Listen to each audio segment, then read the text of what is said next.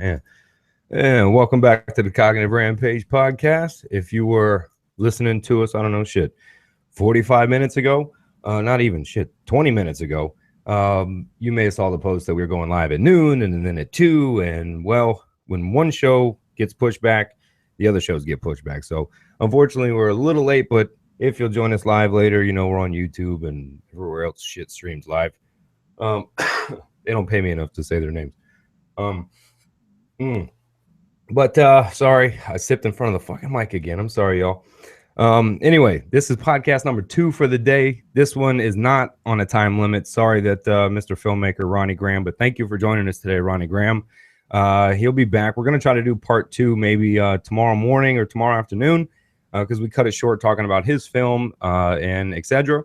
But I did not want to miss catching up with my friend. You know what? I'd give you a long intro, but I'm going to end up editing the podcast, and I'll put a whole long intro that'll make you really, you know, it probably won't be as good. You do your fucking intro, man. You're bad, man. It's my friend, DJ Kid Nemesis, man. How you doing, bro? Hey, what's up, man? How you been, brother? Long time. Yeah, it's been a while, man. The kid name is right, brother. You haven't fucking changed. You put on a nice beard, though. That's handsome. But yeah, I got the beard thing going. But that kid face, man, that shit has not changed a bit, man. Nah, man, the name stands correct. And people always used to ask me if I was ever going to change it. And I'm like, nah, man, I'm going to be a kid forever. Dude, I remember I told people I'd start a little story, but you know how some people, you know, over your lifetime just leave kind of a lasting moment or a memory, just a thought sometimes in your mind that it'll echo for you. You may never meet him again, see him again, but you're like, you know, there was this one time, this one dude, I have no fucking, you know that story? Yeah.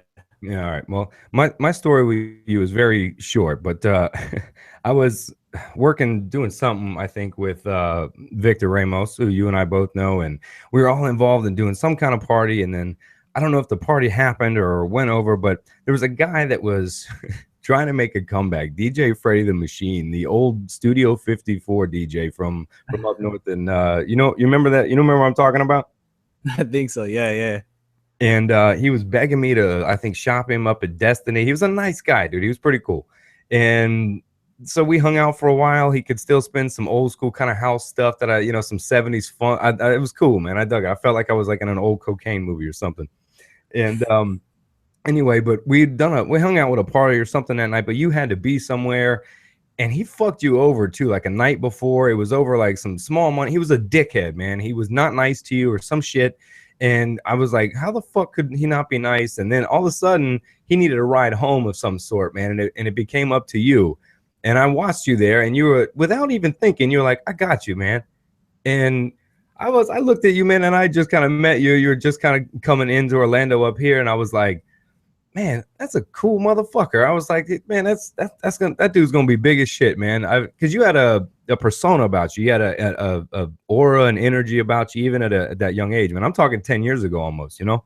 Yeah, man. That's Destiny. If you're talking about those days, yeah, that was definitely 10 years ago plus. That was a minute ago, man. Wow.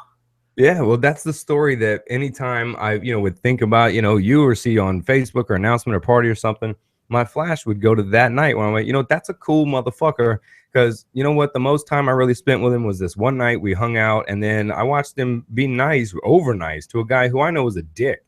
And, and you just let that go, bro. And for me, it's funny, though, how one small story like that, man, can last 12 years later. You know what I mean? Yeah, man, absolutely. Yeah, man. I mean, I don't recall the details of it, but I mean, that's happened time and time again. Like I'm not very spiteful person or hateful person. So, if somebody does me wrong, as long as it's not stepping in the way of my path of life, I'm concerned and thinking about it or arguing about it or anything else, even addressing it.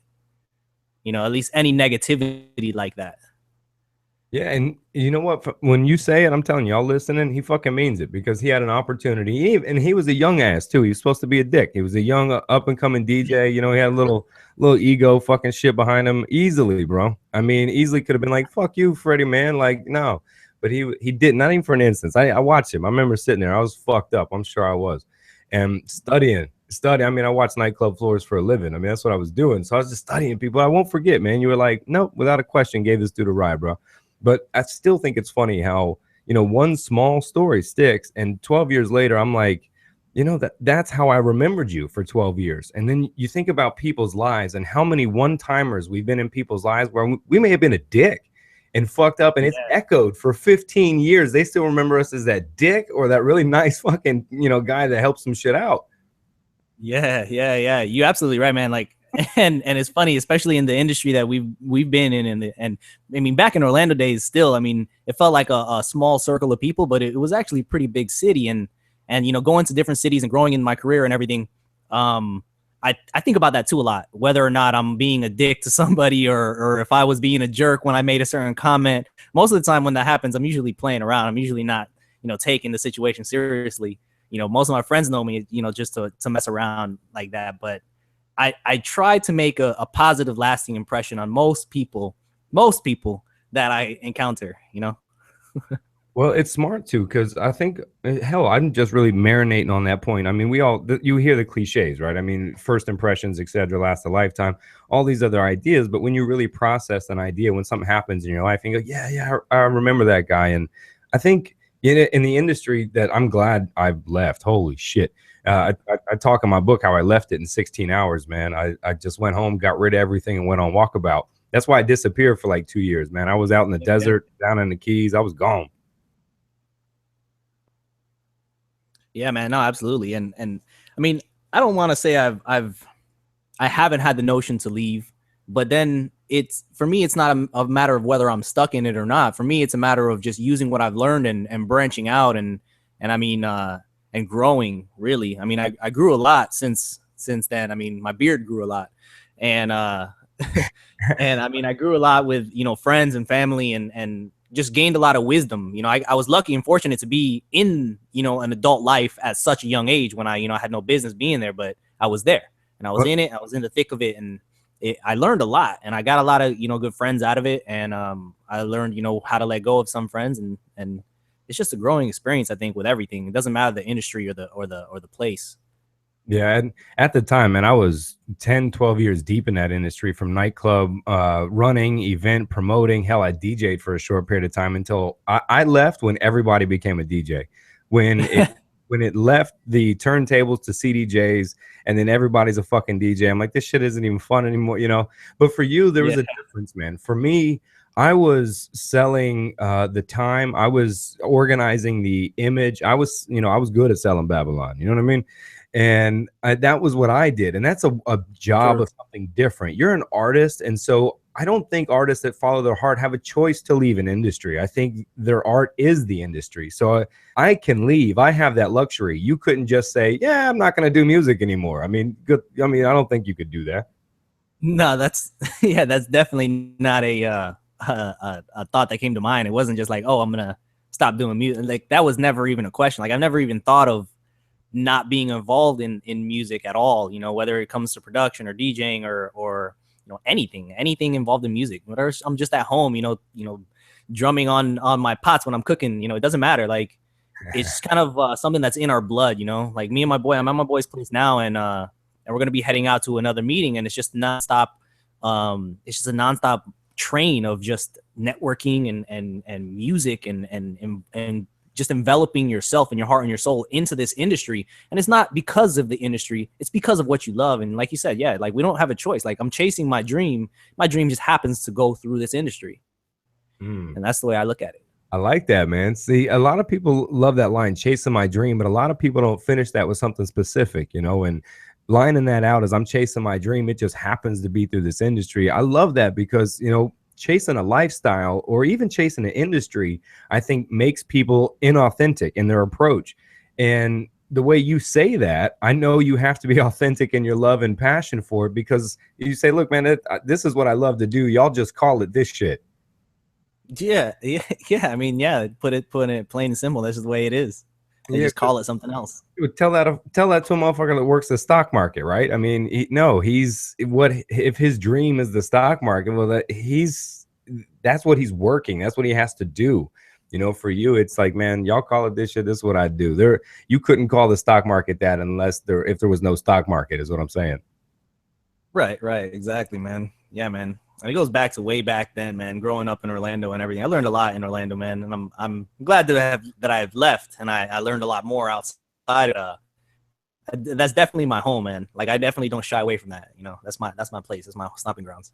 Well, take me back to the actual kid in the Kid Nemesis, man. Take me there in the growth, man. I mean, how the music bites you? What's the first story? I don't know, man. Just take me back to the actual kid before we get to the DJ kid part. the actual kid, he was a shy kid. I wouldn't say he was too introverted, but he definitely had his own mission in life. And it was at a young age when I learned about music, and I really fell in love with it. Like, it was a switch, like one to the next. One day I liked music kind of, and it was like a cool thing or whatever. And then the next day it was like, that's the only thing I could ever think about.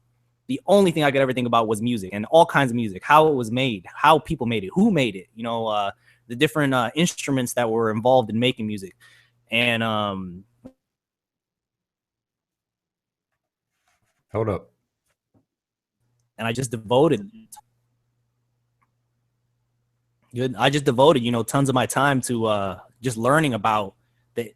I mean, we use this word, the industry, but to me at first at the time it wasn't the industry. It was just, I just wanted to learn about this life, you know, that was gonna be, you know, opening up to me, you know, if I was to continue on the path that I was taking. And I took it. You know, I was exposed to, you know, festivals through my parents. You know, we used to go to the, you know, Puerto Rican festivals all the time at the fairgrounds in Orlando. And I used to see DJs up on the stage, and I used to just be like amazed, like, man, this guy's like rocking his whole crowd. Like, he has control of everybody here. Like, wow, what a power trip. And then the same thing, like in school, like I was in band in school, you know, I took 2 years of band, and not marching band or anything, but like orchestra. And I was playing the horns. It's okay. You wore that outfit. You ain't gotta lie. It's okay. Yeah, I had the outfit. Don't worry. I had my mom put up the dough for it. But I mean, I learned a lot through that too. That was just another lesson to be learned. You know, another lesson that I picked up on my own to really learn what this life was about. Because when you go to a musician, I hold the most respect for people that play instruments and people that sing and anybody that really has that natural raw talent for it and uses it. You know, I completely commend them, and I almost envy them, and I wanted to be that. I wanted to feel that for myself, somebody to feel that way about me, and you know, I just wanted to be authentic. Like you said, I was looking to be authentic, and I didn't realize that people were looking at me as I'm trying to do something, you know? So that was just, I just tried to keep my mind focused as a child, as a teenager, you know, to get there, you know, just to be that person, to be the person that I thought I wanted to be. And it just happened to play out the way it did, man. I mean, things just kind of fell in line, you know, whenever you go for something. Yeah, when you talk about the difference, right? Because if somebody says, you know, I just love music, I say, look, we already butcher the English language enough. But you know, when people say, yeah, I like music, I don't trust a motherfucker that doesn't like music. You know, I think that's the first thing we click on a damn profile of anything, right? So I mean, like music, but what would you say is that defining definition or separation between, say, someone that goes, yeah, I like music, I love it, I'm into it, and that and the person or the artist that chooses to push that path or walk the path that you happen to call that industry? Wow. I mean, I would say there's no real definition to it. I mean, a defining factor, I mean, to really divide the two sides, the two people, is the sacrifice. You know, the sacrifice is what you make, you know, the sacrifice with your friends and your family and your social life and your money. You know, the sacrifices you make, I think, for your dream really define, I don't want to say how much you love it or not, but definitely it defines how much you're willing to go after it. You know, how deep your ambition goes. You know, I think that's the sacrifice is the most prominent word you could use for that. And it's funny that people that don't, you know, live in any kind of industry that appears fun from the outside, when you talk about the industry being, oh, your social life's impacted, and explain really what you mean by how the social life is impacted by living in any sense of form in that culture. I mean, your social life is not easy to date when you're in this kind of industry. You know, you obviously know that from back in the day in Orlando. you're loose, you're loose in those days. And it was like that for me. I mean, I experienced it. Why wouldn't you indulge in, the pleasures of whatever your, life brings you? But as far as socially, like in high school, whenever we would go out and you would see me and we would rock Destiny, or, I was in downtown and rocking a nightclub or whatever, I would have to wake up and go to school the next morning. And that was always a big thing for a lot of people up there. They would, get on me for that. They would get at me, oh, you got to wake up in the morning, do homework. I'm like, yeah, motherfucker, I do. Cause I got a life too, Yeah. And, but that definitely impacted my social life in my age demographic, because my mental started changing a lot. And like I said, I'd sacrifice and devote a lot of time to what I wanted to do. So then my friends, that were in my age demographic or my age bracket, they, they kind of started falling off because they had different interests. They had interests that didn't interest me, and things that I didn't feel that were important. Or my boys, were, I wanted to be with them. I want to hang out with them, play ball, go to dates or, whatever, go to parties and shit. I had to make that sacrifice if I wanted to get where I wanted to be. Yeah. And those friends always forget you until it's Friday, Saturday night, and they're trying to get in. Yeah, pretty much. Pretty much, yeah. And back then, they definitely couldn't get in anywhere. So the second they turned 21, I had my phone blowing up. Yeah, man. Oh, that's, part of that for me in that lifestyle was difficult. Leaving that behind so quickly. I mean, shit, leaving it, 16 hours almost. But you develop almost kinships and relationships with people when you're into it, because not everyone, but a lot of people in that grind, is an entrepreneurship. It's not a corporate grind. It's people pushing their own ideas, their own talents, their own art, etc., and their own concepts. And when you live in a world of entrepreneurs, you have major egos in the way. And then not only you think you connect with these people to etc., but when you remove yourself from that environment and you see these kinds of people, a lot disappear, and it's many disappear. But for you, how do you focus on trying to separate the difference between someone looking to monkey bar or attach, or somebody that's really separate, a real friend that comes around? I mean, I think that's a very difficult thing, and it's got to be like case by case, simply because I don't think it's out that a person is going to be your friend and then one day, they're not. In this business and it's an industry, like you said, we're all entrepreneurs. We all build ourselves, and you got a lot of people look at that from a business aspect, that if you're not a necessity in my equation, they're gonna get rid of you. You're just a variable, and so they just chop you. If you're not helping them in any way, they'll just chop you off the phone. Whatever it may be. It happens a lot. I mean, I've done it to people. People have done it to me. It's just the way of this industry and the way of this business. But when it comes to separating a friend, like, I mean, that's a very difficult thing, because you end up spending a lot of time with people, and the time you spend outside of the business, I think you really get to see what kind of person, your supposed friend is going to be, or your supposed friend is going to be towards you. When you take out all the money, when you take out all the girls, when you take out all the drugs, when you take out all the music, when you take out all that, and it's just you and that person, you have a conversation with them, what are you guys going to talk about? You're going to talk about, fruits and, vegetables, what are you going to do? And it really comes down to that, the substance of your conversations then, because how far is that willing to go, when it comes to something serious, when it's, my baby's at home crying, my wife ain't picking up the phone. Hey, bro, I need you to get over to my crib right now, and I need you to see what's going on. Will that person drop shit for you? I'm at my boy's crib right now. Like, we're just chilling in his spot. Like, this is my boy, and I met him through the industry. We met, years ago. Who's he? Who's he? Put him up. What's up? You wanna do a feature, a little cameo, brother? Yeah. This is my man's. He's my partner. His name is DJ R Silva. He's the DJ for the Miami Heat and my partner in our new publishing company that we just opened up.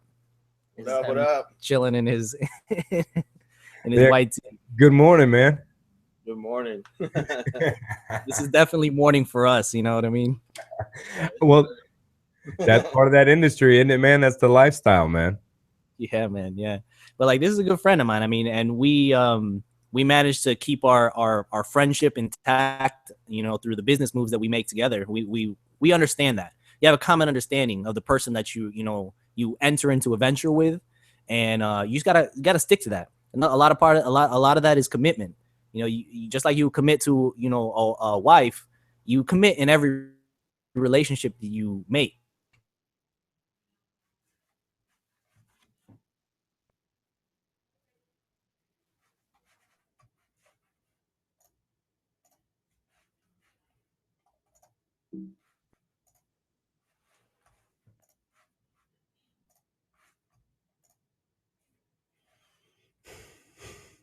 I don't know, man.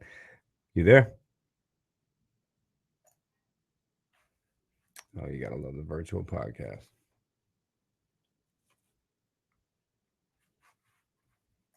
Lost you, kid.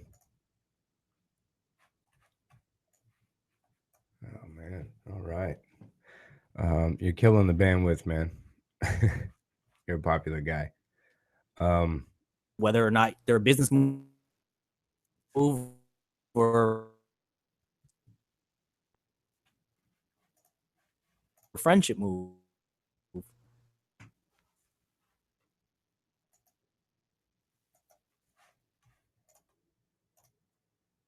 Man, hold on, man.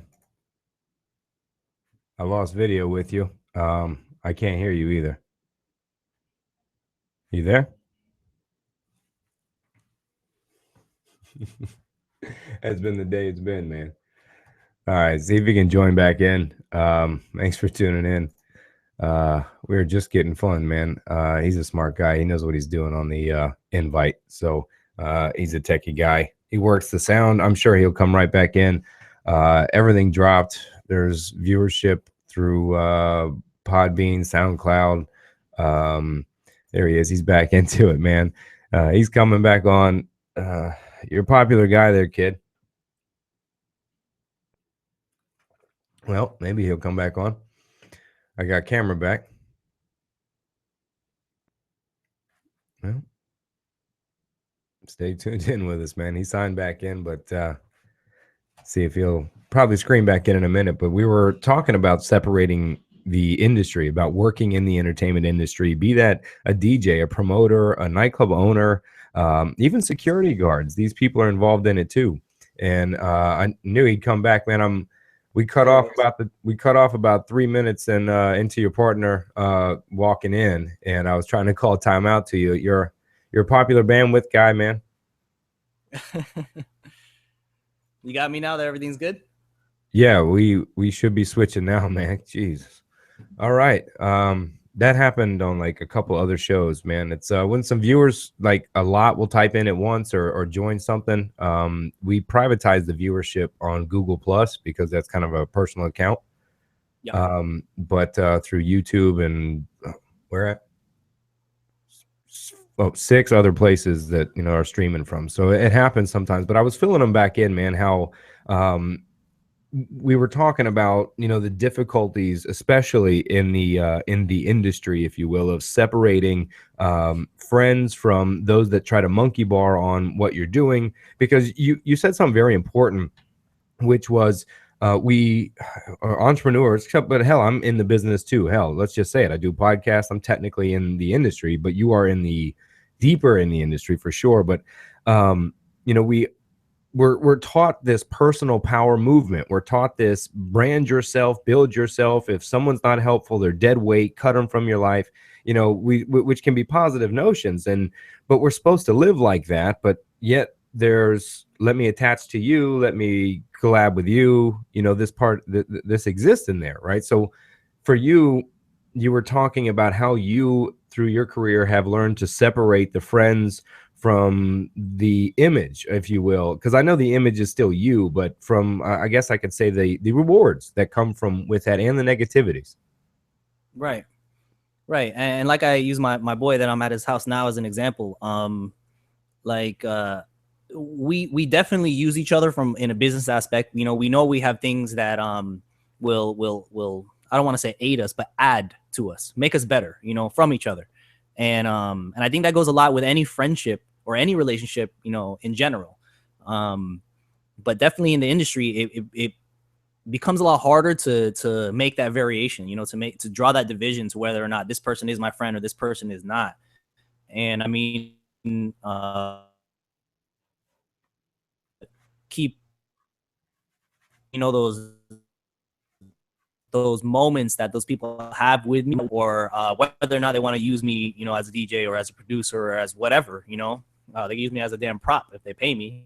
But, you know, it's really, I leave it up to the person, you know, that I'm communicating with. It's in their hands. You want to be my friend? I have no problem being anyone's friend. You know, my time might be a little limited, but I will, you know, be a positive and true friend. I'm very honest. I'm very blunt. I don't like, you know, to lie and like go around and snake around people too much. You know, it's that I find that as a big waste of time. So it's the same thing with friendship. If we're wasting our time trying to be friends and we're not going to be friends, you know, just be honest with it. You know, tell me how you're doing. You know, tell me, you know, whether you do like me. Tell me whether you do like, you know, the moves I'm going to make, you know, in the future that I'm telling you about, because, you know, I'm open. I'm willing to be someone's friend. You know, I'm willing to reciprocate. It's not a big deal for me. Do you respect it more if somebody's just up front with more or less like, look, I think we can do something together, or we could do business, or somebody that's tapping into, you know, something else because they want, I don't know, a discount on what you do, or entry to, I don't know, the biggest event in the world or something? I mean, that's a play-by-play that happens all the time here in Miami, especially, you know, since I moved here, I learned that a lot. People, like you said, they monkey bar their way up, you know, through their friendships and through their relationship, which, you know, I don't bad talk anyone for doing that. You know, that's why not? Why wouldn't you use your resources that you have at, you know, at hand? But, yeah, I definitely, I definitely don't necessarily approve of that. You know, if, you know, someone was doing it to me, Yeah.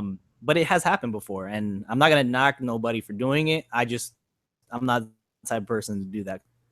All right, so what you heard is, don't ask his ass for admission on Friday and Saturday nights when he's doing his damn thing. If you really appreciate the artwork, pay the damn cover so they can pay his ass for doing his thing and come listen. That sound about right? You want to buy a table? Yeah, or that. Yeah, so that was my speech at the door. I was like, look, you're coming to have a good time, right? Support your people that you know inside then. Right.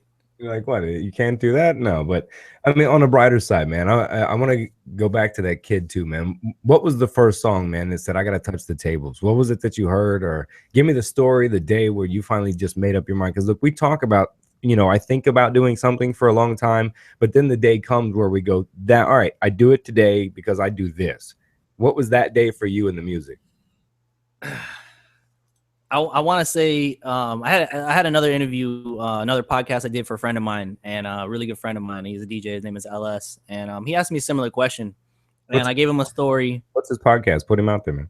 It's DJ LS and Friends. He's local in Miami, and I mean, his podcasts are up there. You can find him easily on Google, DJ LS, and he's a really good friend of mine. And he had me on his show, and he asked me a similar question, and I've had that question before a lot of times, and I wasn't really sure how to answer.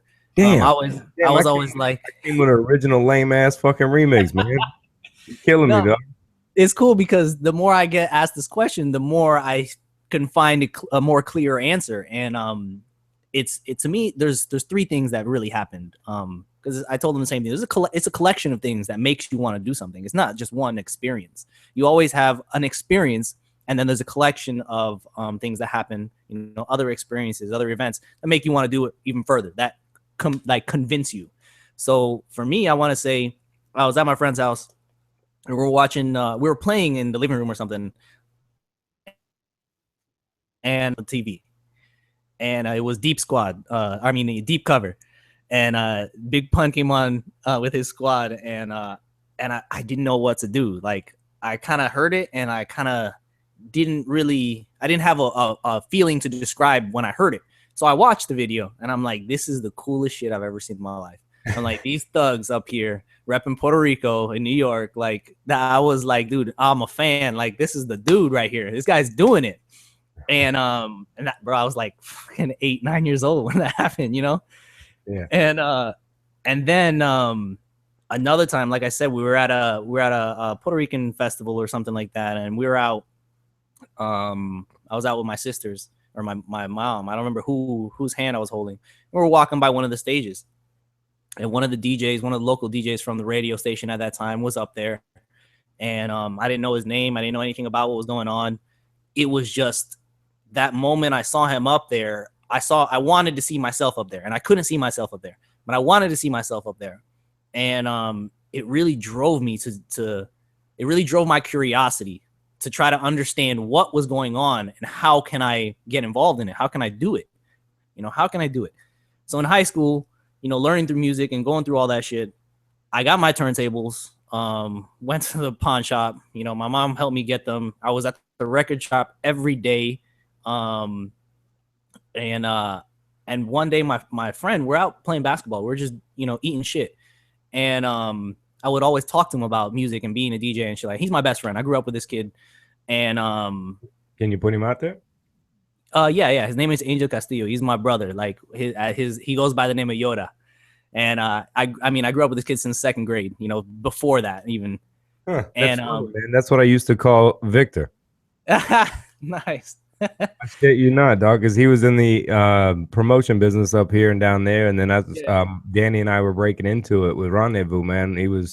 We did a little loop-de-loop, pulled a little deal on somebody, and we did good. And I was like, that was a good idea. I'm gonna call your ass Yoda. Good idea, Yoda. That's weird. I mean, to wrap it up, basically was like he put the nail in the coffin for me. He was like, "What are you doing, bro?" And I'm like, "What do you mean? What am I doing?" He's like, "What the fuck are you doing?" He's like, "You want to do this so much, you love this so much, you never stop talking about it, and you have the access to do it. You have friends and people that know how to get you in the industry. What the fuck are you doing? If I was you, I would just go do it." And so I did. I just was like, "All right, you know what? You're right. That's. I mean, no one else could say it straighter than that." So I just got up and I went back home and I did my research and I committed myself 100%. I mean, it was. I want to say those three instances are some of the most important factors that. They're the most vivid memories that made that switch, that helped me, make the final decision to commit to this life. Well, all right. I'm going to say this. So what happened was you had a little bit of interest in something, then you sought out some competence in it, which created an experience. Within that experience, all of a sudden, a slight interest exploded into a passion to which you gained more experience and competence in, and then became confident in, and found a new passion in life, which was almost 15 years ago this happened, and you have now chased this 15-year passion to its successful place it is now, all in that order, and have found happiness and enthusiasm in doing what you have found. Yeah, that sounds about right, man. Okay, well, I wrote a book called The Cognitive Rampage, A Dose of Authentic Revelation. And basically what I just said, I teach you how to do in the book.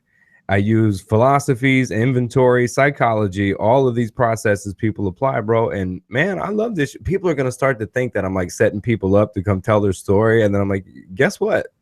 You know what I mean? And so as you're talking, I'm like, I love this guy. He comes on and he's basically saying, yeah, I live my dream because I live my cognitive rampage. Yeah, man. Clearly stated. And I did my research on you too, man. And I agree with a lot of your philosophy. And I mean, basically just get up, get it. You really got to think about what you want in life. And a lot of people have trouble figuring out what they want to do with their life. They become lost, or they give up and they don't even try anymore. And I feel fortunate enough to have a passion, because a lot of people don't. They can't find that passion. And I feel fortunate enough to be amongst friends and family that support my passion, and that they understand. They might not understand fully the things I do, but they definitely understand me, and they understand that it's something that's going to be inside of me and it's going to drive me, no matter what.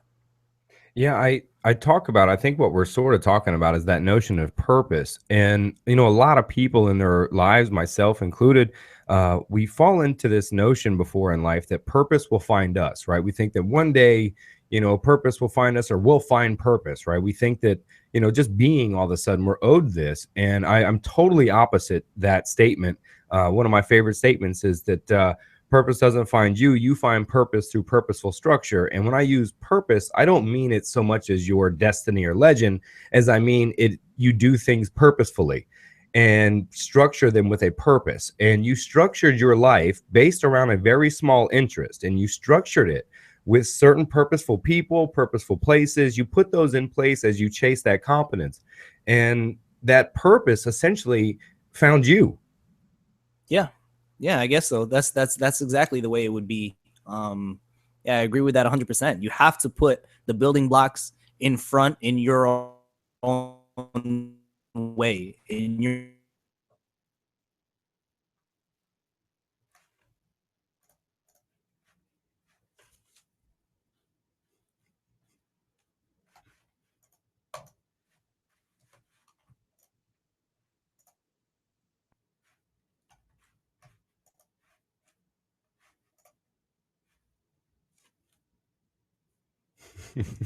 This is awesome, man. He's killing the cast, man. Everybody's coming down. Hold up, kid. and I try to close.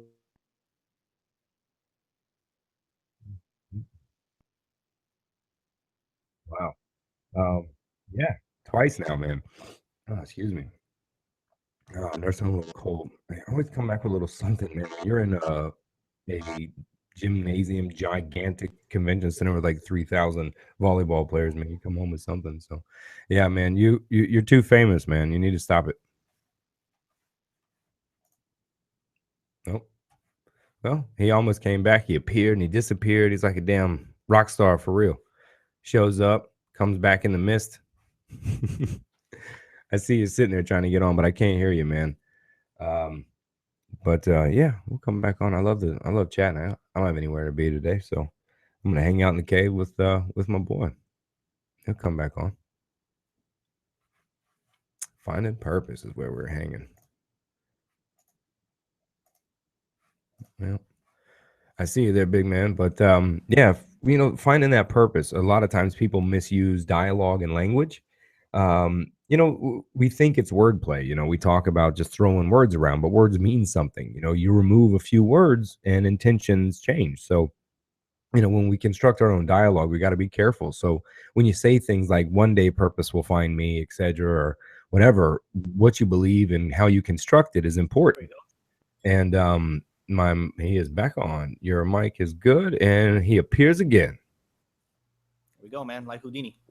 That's funny. That's what I said. No, actually, no. I said like a motherfucking rock star, in and out, disappearing, ghost showing and shit. I was waiting on the steam and fireworks and shit for you to come back. I mean, if only. Yeah, man. The music's the fireworks, baby. I was keeping them in the loop about you. How we were just sitting on the idea of purpose and talking about people thinking they just purpose will find them or they'll find it one day, but how you began to structure your life purposefully with purpose. Yeah, absolutely, man. I feel fortunate. I'm nobody to be, speaking to anybody on anything. Like people ask me for advice sometimes, and I'm not really sure how to give it. I just tell them from experience. If they're experiencing something that I've experienced and I made it out on top, I let you know what I did. But like I don't know, like a lot of people ask me for advice, and it kind of throws me off because I'm like, why are you asking me, bro? Like I'm still hustling, like I'm still learning, I'm still grinding like everyone else. Well, that's funny. That's principle number one. Humility equals competence. People can't get smarter in exchange and feel more experience from other people unless they have that humility. But there you go again, kid, giving Freddie the Machine a ride home. Yeah, there you go. See, you've been that way, man. You've been humble from the get, hence the competence, man. I mean, so I'd ask you, man, what would you tell the DJ that's out there feeling like that? That's back there, 12 years ago. What would I tell myself or a kid in my situation? I mean, word it how you want to. What answer them both. Fuck. And what would you tell the DJ that's out there who may be similar to the guy that was, back in the day? I mean, if I had to tell him anything, or her, I would tell them, to like you said, to structure your life in a way that I don't want to say necessarily is going to suit you, but is going to benefit you and your dream without causing any negative weight. You don't want to cause a negative weight because that's going to come back to you, one of these days.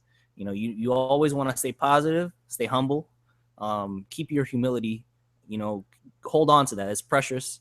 Don't build a big ego and never stop. You know, never stop trying and never stop learning and never stop trying to learn. Those things I think I would tell any young person or anybody, you know, that has a venture in mind, you know, an adventure, because that's kind of what this life is. And us like millennials and 90s babies and even 80s babies, like we are entrepreneurs. We are the future, and we are the people that run this world and run this economy. You know, we really are. And I think it's important for kids to learn that. You got me hype, man. I'm all like, yeah, I don't know. I started singing Renegades or some shit. I was just about to. Hey, man, watch that television in the background, bro. YouTube will kick us off and shut us down if they pick up content that's not ours. No problem, no doubt. Yeah, sorry, man. I'm sorry about that, dude. I should have said something, man, because we've done that, man. We've pulled up stuff before talking shit, and we'll do a long 3-hour podcast about something, and next thing you know, I'm off YouTube because they got those crazy bots pick that shit up, man. Yeah, they catch everything. Yeah, they man. catch everything. Well, you know what? That's a good segue, man. I love that shit. I love it. The universe just gives you segues, man. Obviously the internet helps most artists these days, but what do you do about keeping content yours versus free versus private versus working with people? How do you manage to do that? Like, how does that work really today? I mean, today's world is pretty crazy the way it works. I mean, with the digital age now being the predominant factor, you know, in this industry and in almost any industry, you gotta really do your research and get your paperwork in order if you're going to be releasing music. You know, when it comes to releasing music, I tend to rely, you know, on the lawyers and the people that have been in the entertainment lawyer, you know, side of it, because I try to keep my mind as creative as possible. I've learned a lot in the business. I've learned a lot about how to make business moves, but I try to keep my mind as creative as possible, because you can't have a mind or a brain that is going to be working on both ends. You know, you're either going to be super creative or you're going to be super logical and super, you know, not productive, but, you know, super logical in your thinking. And creative thinking isn't very logical. It's very illogical. It's very irrational. It's all over the place. And when it comes to, you know, the business side of it, you have to be very pronounced in everything you're going to do. Very straightforward, you know, this is by the books. This is your money. This is my money. Ain't no fuckery. You know, and in on this side of my brain's like, la la la, yeah, whatever, go ahead, do your thing, as long as I get paid, you know, as long as there's food in my fridge, and then I go along about my business. But in this day and age, bro, I mean, I always was the type of person to be like, oh, I want to give myself away for free. All my music, all my content, everything that I produce or anything that I mix and make, you know, is usually for my own personal use and for my own DJ career and my own sets. So I would just push it out there and just, hey, this content isn't mine. I just did this. I did this creatively. I mixed this content for the public to hear, and I don't want no dollars for it. And that's the way I used to do it, you know, a long time ago.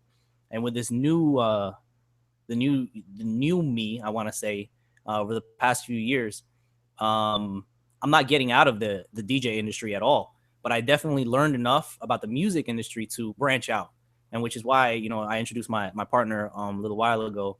Him and I have we established our own publishing and writing company, and it was a long time in coming. It was a long process for us to do that, and we were fortunate enough to have those legal, you know, people that would help us along the way, making sure all our paperwork in order, all our I's were dotted, you know, all the T's were crossed, and kept us safe, you know, from any, you know, malicious activity. And you got to have people behind you. You got to have people that support you and people that back you, whether they're on payroll or not. It doesn't really matter. You need to have a support system. And that's the way, you know, you keep your music safe online, you know, in the hands of other people. You know, it doesn't really matter. You know, that's how you keep your music safe. You got to have a team.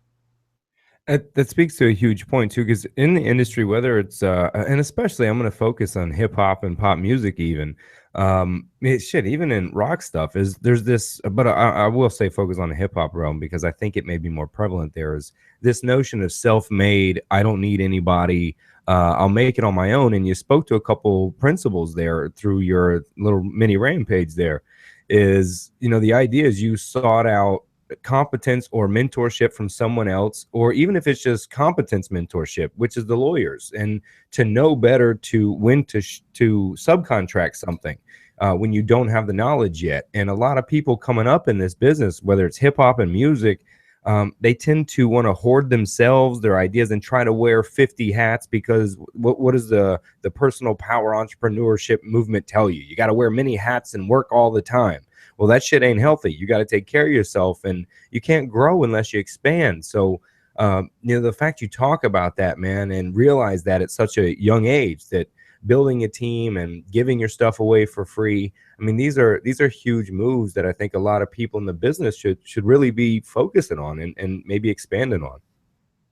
No, absolutely, man. And the most successful artists that I've had the chance to like meet or even just, be a fan of, they've done that. I've watched and I've learned from them. They push their music out for free for a certain amount of time, and they reach a certain level to where they need to start taking things a little bit more seriously. But they don't go off and go to school and pass the bar to get there. In entertainment law, they find somebody that has the wisdom and the knowledge and the experience to help them. And that whole mentality of hoarding, all your ideas and hoarding, all the responsibility, it kind of seems ass backwards to me. I don't think they're by themselves. Never. You didn't make it here without your mama. You didn't make it here without your pops. You didn't make it here without a support system, without your friend, your boy, your homie. It don't matter who it is. Your girl. It doesn't matter. You have a support system somewhere in every aspect of your life. And I think those things are important. Really, really important. Yeah, and from an artist perspective, you guys really have two support bases that you have to keep happy, which are A, the fans and the people you do it for. Well, three, those fans, then the lawyer side and the check signers and the corporate people, then as well as somewhere in the middle of that, yourself. Yeah, which is a constant battle, I'd say, for anybody in the music industry. It's definitely hard to fulfill yourself and also fulfill a check. And also fulfill, somebody else's heart. It's not that easy to do, and I commend all the artists that do that, successfully. Yeah, we were talking early on a podcast about actors and actresses. We had a guy on who had to go deep into this role of a PTSD veteran, and talking about the tremendous roles it plays on your emotions and your yourself. When you have to be somebody and get deep into their psyche. And I mean, we gotta face it that, I'm not calling it bipolar, Gemini, fuck all that. What I mean is sometimes we do, as we get older, we have to be two people. We have to be the one that we are at home with our family and friends. And then when we cut on the decks or when you're on the microphone, right? And we try to, and I think we live through our art that way. At least I know I do, is the guy I am at home is the guy I am on the mic. For the most part, but I think our lives filter through the artwork that we do. And a lot of times we were talking about how pain creates creativity. But would you think maybe because two forces in artists are constantly pushing why they find themselves lost in addiction, alcohol, hell, they get lost in ego and fame even? No, absolutely. Absolutely. I agree with that 100%. The constant pulling back and forth of you. I think it creates a lot of stress on your emotions, your deep emotions, your moralities that have been set in stone for so long. And they just get pulled back and forth because those things, all emotions are going to drive you creatively. And when you get pulled back and forth from one side to the other side, you got to give in, a little bit here and a little bit there. And it takes a lot of toll on you. It takes a big toll on you. And I think a lot of people do get lost that way. They get lost in addiction. They get lost in alcohol. I know, especially in the nightclub, man. I mean, alcohol is 100% like one of the biggest things, involved in the industry. That's what people consume. That's what sells the money. That's what I make money off of. That's what the club makes money off of. Shit, that's what, everyone there is making money off of or spending money on. That's the main basis of things. And it kind of sucks that, it's a drug, it's something that you can become addicted to. It's something that can ruin your life. And for an artist, I think it definitely does take a huge toll on you when you're constantly divided, mentally and emotionally. Being Kid Nemesis was a kind of a scapegoat for the kid, for the child that was growing up, and he didn't really want to be in that error. Like I for the longest time, I felt like I was born 10 years too late. And I'm like, dude, I wish I was like 10 years older than I am now. And I used, you know, the DJ aspect, the entertainment aspect to live my life through that. And, you know, it goes hand in hand with what you just said. I mean, that's exactly what I did. And I didn't realize I was doing it until I actually did grow up, until I got in my 20s. And I was like, you know what? That's what I was doing. But now I'm somebody else. Now I've become this DJ. Now, how am I going to balance out my emotions with my family, with my girlfriend, with, you know, my not my real life, but my other life that I keep precious to my heart, you know? Yeah, I do. What are some of the things that you do, man, to keep that? I mean, that division, you know, happens. What are some of the things you do to keep focused, man? That goes hand in hand with the sacrifice that I spoke about earlier, man. Sacrifice is the biggest thing you're gonna encounter. You know, how much time you're willing to give up with your wife, you know, how much time you're willing to give up with your kid. It's a huge sacrifice that you give up in this industry, and you have to find the time. You have, no matter how tired you are, no matter how much shit you got on your plate, you gotta find the time to tell the person next to you, hey, I appreciate you, I love you, thank you. You know what I mean? You have to try to find the time somewhere. My mother calls me every day. My mother calls me. I don't always answer, and it breaks my heart when I can't answer, but I call her back and we talk on the phone and we catch up, and I make sure everything's good at home. And every girl just passed out now crying, man. You're pulling some Elvis shit right now, man. I'm sure they did. He calls his mom every day. Yeah, man. Oh, he's so cute. I love him. Yeah, even at the studio, like I take a break, you know, I'll step outside real quick, answer the phone real quick, head back inside. You know, if I can't do nothing, I'll send a message, or it's that communication, constant communication with people. I think that helps me draw that division to what's real and what's not, what's business and what's pleasure, you know, what's creative and what's logical. You got to find out your own paths and your own little vices that you either have to get rid of or you can succumb to in order to make, you know, your career or your life better. One of the two.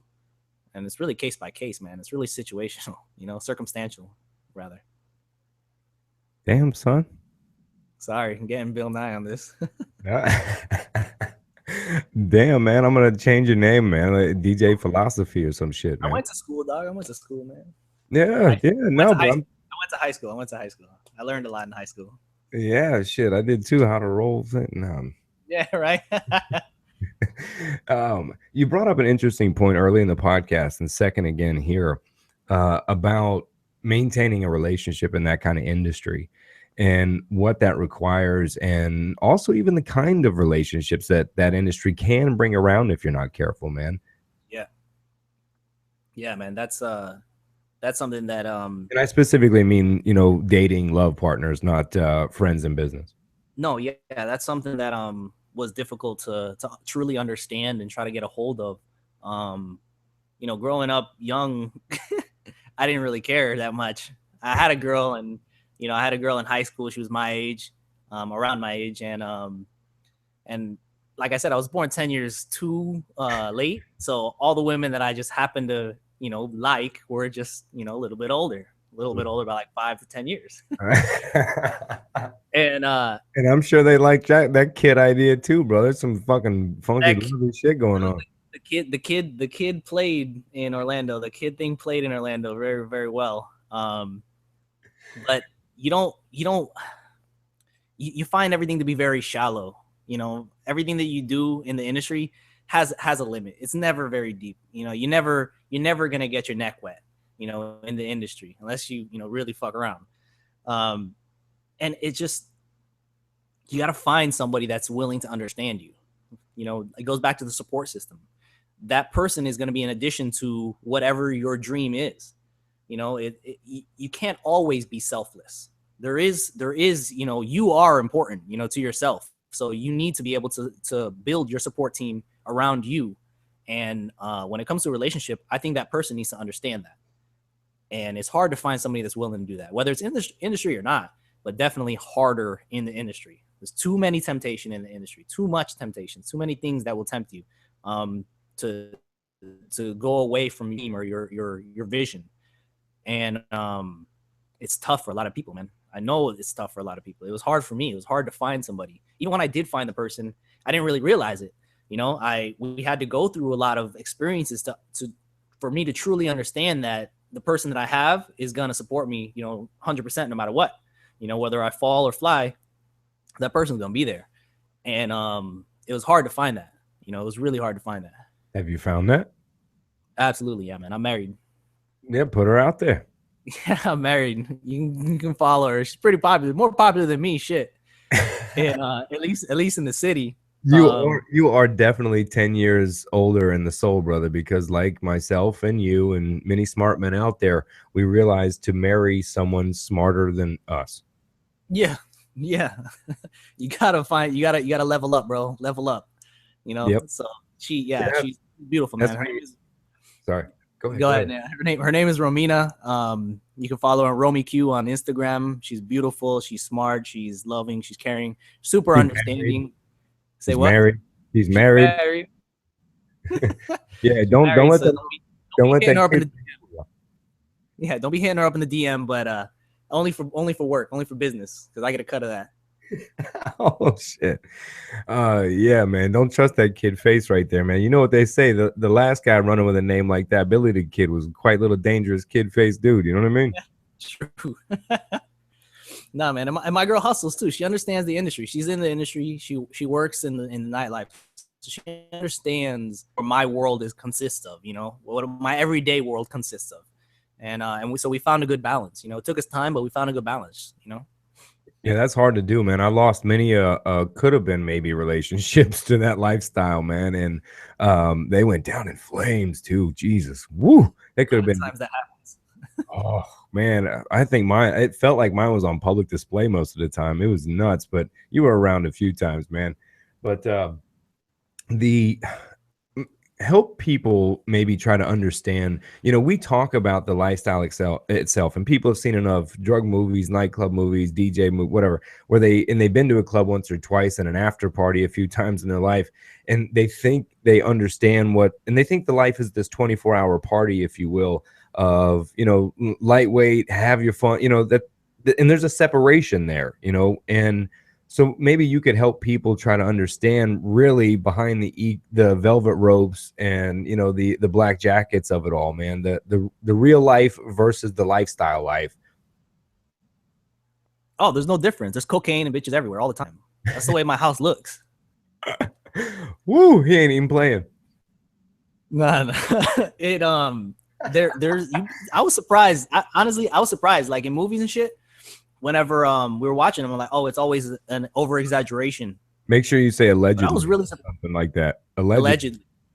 Yeah, there's never. I was really surprised whenever I saw like after parties and shit in hotels. Whenever I go backstage with artists and we go to parties and shit, like it was pretty serious. And to live that day for an artist every day is taxing. Like I don't know if I could do that. Like there's a lot of people that do it. Like my boy here, he parties all night long, every day, all the time. And that's why he's in pajamas right now. Well, and we got to go to work. All right. Well, that totally destroyed my whole theory about the separation. But now let me see if I can make myself look a little better. Because it's a little tougher, because the social life, the people in the industry too also know that when you're hanging out is also work.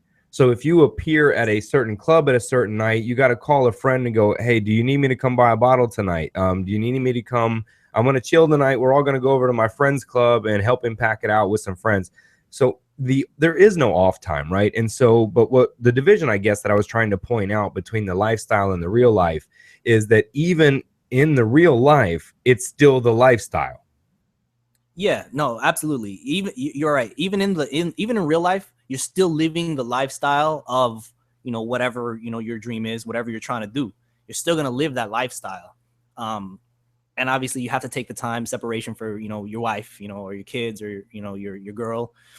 You have to take those times for your family to really focus on what is, because you're constantly living the life of, you know, sex, drugs, and partying or whatever the fuck.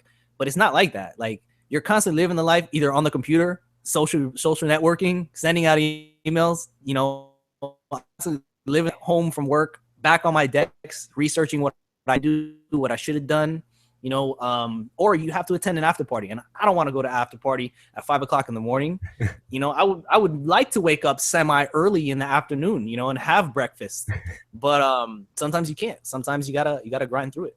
Breakfast is 5 a.m., man, before the sun comes up, man. Oh, sorry, I thought it was like 12 in the afternoon. Well, that's what I mean. That's back in that industry, bro. It's like I'm eating at 5 a.m. because I got to keep going after that at 6 a.m. and keep riding. You're trying to eat.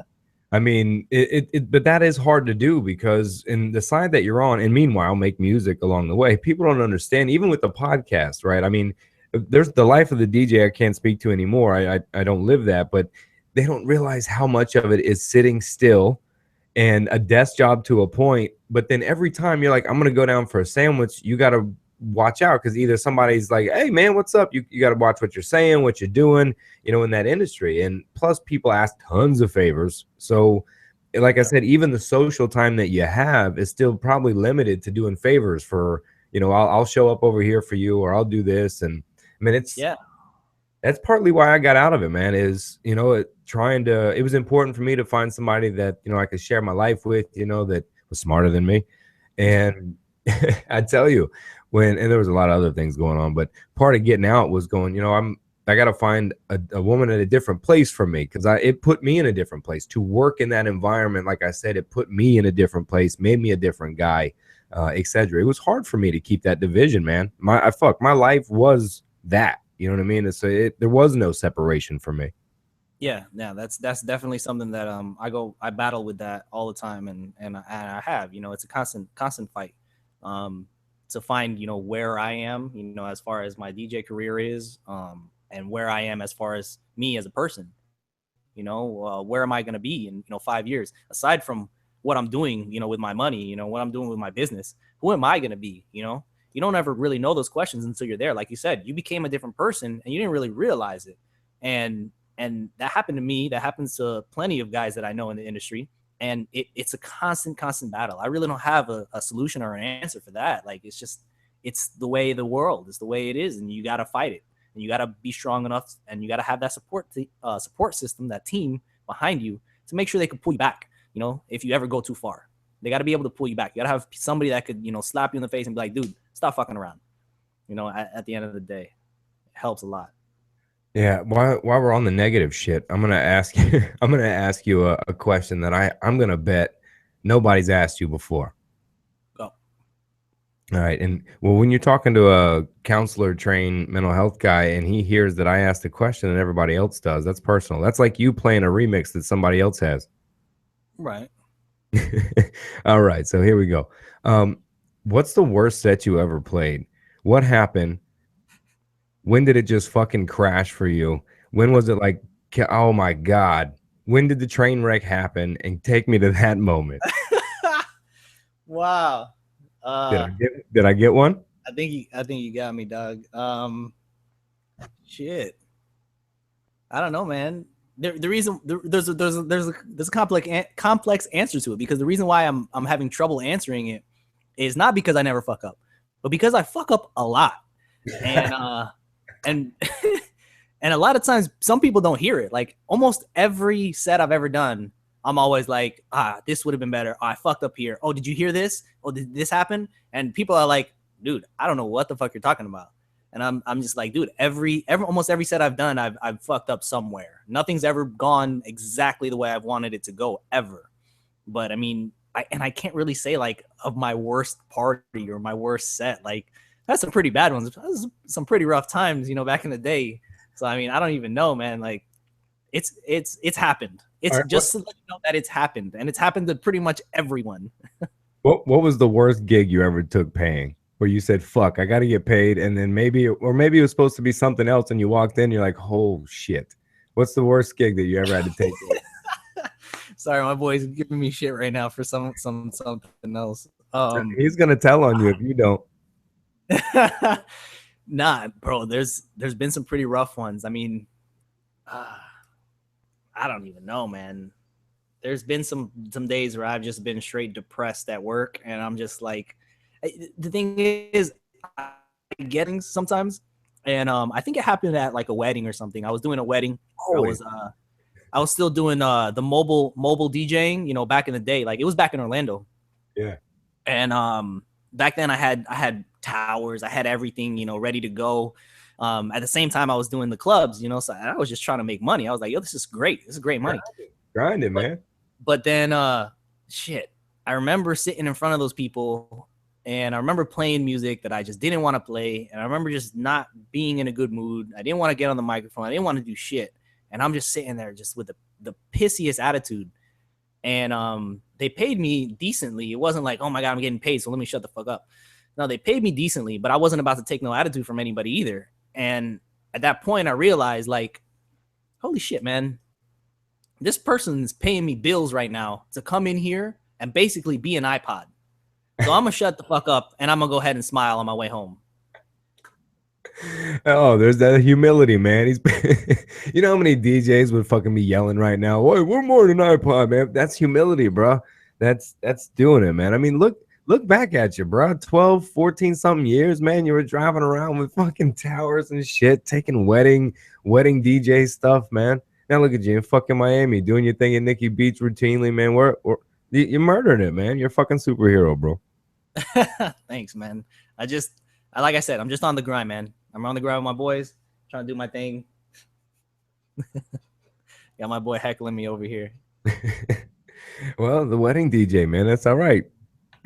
Everyone's done it, man. Don't get them. Don't listen to them if they say they've never done it. I've done it. You know, I've done the bar mitzvahs. What are you talking about? Are you talking about the ugly chick everybody's had to take home for a friend, or DJ? That has never happened to me. You're alone on that one. Now I know you're lying. Yeah, now your boy can fuck with you. He was there that day. He saw her. Shit, man. Oh, man, I could catch up for a while, man. But, you know, it's been hard enough for an hour, man, sitting here staring at your damn turntables, my dog. And I'd love to hear something, dog. Yeah, I mean, it's not a problem, man. I'm going to go ahead and get some shit going. I'll just mix up a couple things here and there. Even my boy, if he wants, he'll jump on. We cut up and, you know, we do our thing every now and then. We just come here and jam out. You know, for the most part, that's all we really do is come here and jam out and, you know, do our thing. And then the next thing you know, we're in front of 600 people and we're doing the same exact thing we did in the bedroom. Oh, wait, what? Yeah, pause. No homo, not like that. I'm fucking with you, man. Dude, man. You make me want to, you make me miss it, man. I'm like, shit, you know, I sound like an old dude with a football player, you know, like, I'm gonna go back. I missed the thing. But I can tell you, man, it's so fucking good to see you banging in the game, doing what you do, man. And if anybody deserves anything or any push or notoriety, it's you, man. And I'm here to tell everybody that's a fan of Kid that he's been this authentic of a dude since back when he was a jit, driving around with his towers, trying to hang out with everybody, and he did. And his personality, bro, got him in the door. He was honest, and then the music murdered, bro. Like, there wasn't a night once he got well, you're third person, you're right there. Once you got to Orlando, bro, there wasn't a fucking night that I couldn't deal with or go around that you weren't DJing at, from the Dragon Room to Bliss to Rocks. I'm like, all right, man, Jesus. And I loved watching that blossom, man. I love seeing it now that it's just turned into so much. And in you stayed the same person. You stayed humble, bro. And I mean, dude, thanks, man, for coming on. But I don't want to go right to the music yet, though, man.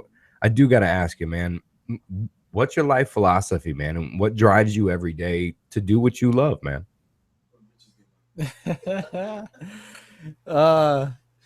That's a daunting question, man, because like I wake up every day and some days I wake up and obviously you wake up and you don't feel like doing shit that day. But I still haven't achieved my dream. You know, I felt many dreams and I fulfilled many goals that were in my dream, but I still haven't completely fulfilled myself. And I don't know if it'll ever happen. And if it never does, I will feel very fortunate, because then I will constantly wake up feeling like I need to move forward. You know, I will constantly wake up feeling like I have to get up and do this podcast. I have to get up and hit up the studio later. I have to grind and spend 3 hours, you know, making a song that probably is not even going to come out to like 30 seconds long. You know, I have to do those things. And I feel like it's because I want to fulfill those dreams. Every little tiny thing that I do, every little accomplishment for me is a big dream, is a big goal, and is a big achievement. And I think everyone should appreciate themselves in the things that they do, because a lot of times you take, you know, the things for granted. You know, walking across the street, you could be gone. So why wouldn't you take the fact that I got up, I walked across the street, I handled my business, and I made it back home? That's an accomplishment for me, you know, no matter what your business may be. And I wake up every day wanting to feel that way, wanting to feel not empty, but not like I'm missing something, but more like I need to fulfill myself further. And that's, I don't know, that's like my philosophy, I guess, you know, fulfillment. Woo, that was in, bro. You tune me in, man. Is a lot of people they get the idea that they're searching for, I think, some sort of acceptance of happiness. When, you know, I argue even in the book and my theories, and like you did, brother, it's right on, is that we can be happy in the now while still yearning for optimization. Absolutely.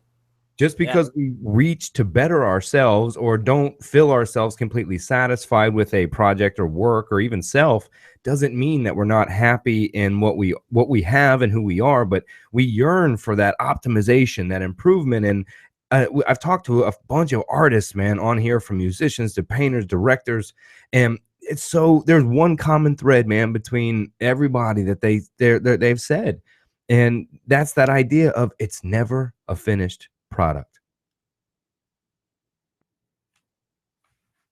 Man, I went off on a tangent and lost you. You there? Uh-oh. All right. Well, if you're tuning in, I just finished my little cognitive rampage. He's going to sign back on, but you know, man, I hit a little flow state there, and then when the camera went away and I realized it froze up, you know, it's funny how you dip into those mind states and those flow states and get ideas and zooms out like that. Yeah, he's back, man. Sorry, you got cut off there. Yeah, what was the last thing you heard? Because I'm trying to remember what I said. You got cut off right as soon as you started talking. Man, what were we talking about, dude? I hit this flow state, right? You sparked something with that. That philosophy was beautiful. Let's play around with what you're talking about, and it'll come back. That philosophy that you were talking about. Like you said, I got it. All the artists I've interviewed, directors, etc., from every type that I've had, even authors, creators, we were talking about that difference between being able to be happy in the now and love that, and while still being not quite fulfilled while searching for optimization, that continuous search for that perfection. And I think I closed it by saying that most artists have said or feel, no matter what masterpiece they've created, that no piece is ever finished or fulfilling. Absolutely. Completely agree. From an artist's point of view, or from an artist's mind, every person I've come in contact with, they always say it's never done.